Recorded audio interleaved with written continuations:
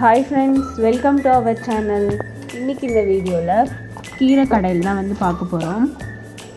இது எங்கள் வீட்டு மாடியில் விதை போட்டு வந்த கீரை பொன்னாங்கண்ணி கீரை, மணத்தக்காளி கீரை, அப்புறம் அரைக்கீரை, 3 கீரையும் போட்டு தான் எனக்கு நான் கடைஞ்சிருக்கேன். பருப்பு போட்டு கடைஞ்சிக்கலாம். தேவையான அளவு பருப்பு ஊற வச்சுக்கோங்க. பச்சை மிளகா, பூண்டு கொஞ்சம் நிறையா போட்டுக்கலாம். வெங்காயம், தக்காளி, மஞ்சத்தூள், பெருங்காயத்தூள், கொஞ்சமாக ஆயில் சேர்த்துக்கோங்க. ஆயில் சேர்த்து ப்ரெஷர் போட்டு மூடினீங்கன்னா அந்த தண்ணி வெளியில் வராமல் இருக்கும். அதுக்காக கொஞ்சமாக ஆயில் சேர்த்துக்கலாம்.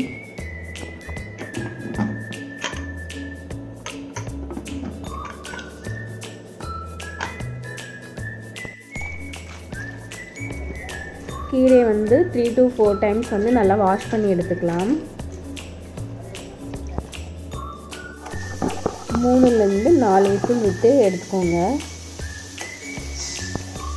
இப்போ ஓப்பன் பண்ணி பார்க்கலாம். பருப்பு எல்லாமே நல்லா வெந்து வந்திருக்கு.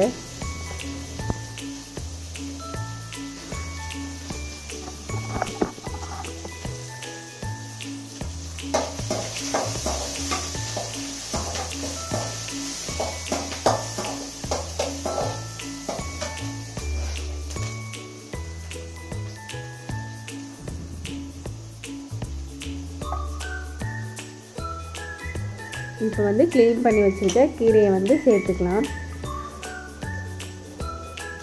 சேர்த்துட்டு ஒரு 2-3 கொதி வந்தோடனே நம்ம ஆஃப் பண்ணிடலாம்.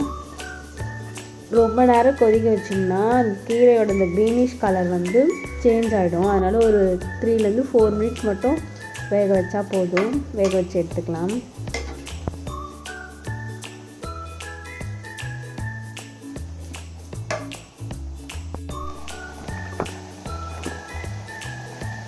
வெந்தோன்னே ஆஃப் பண்ணி வேறு இதுக்கு மாற்றிடுங்க. அதிலே வச்சிங்கன்னா கலர் சேஞ்ச் ஆகிடும்.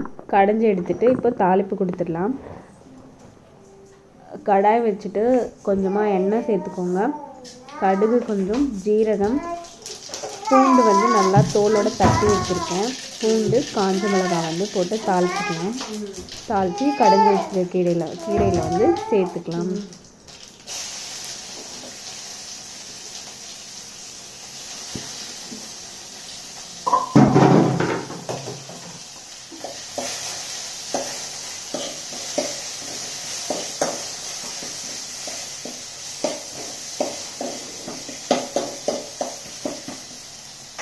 கீரையில் சேர்த்துக்கோங்க. உப்பு தேவையான அளவு போட்டுக்கோங்க. சூப்பராக இருக்கும் இந்த கலவை கீரை. ட்ரை பண்ணி பாருங்கள். நெக்ஸ்ட் வீடியோவில் பார்க்கலாம்.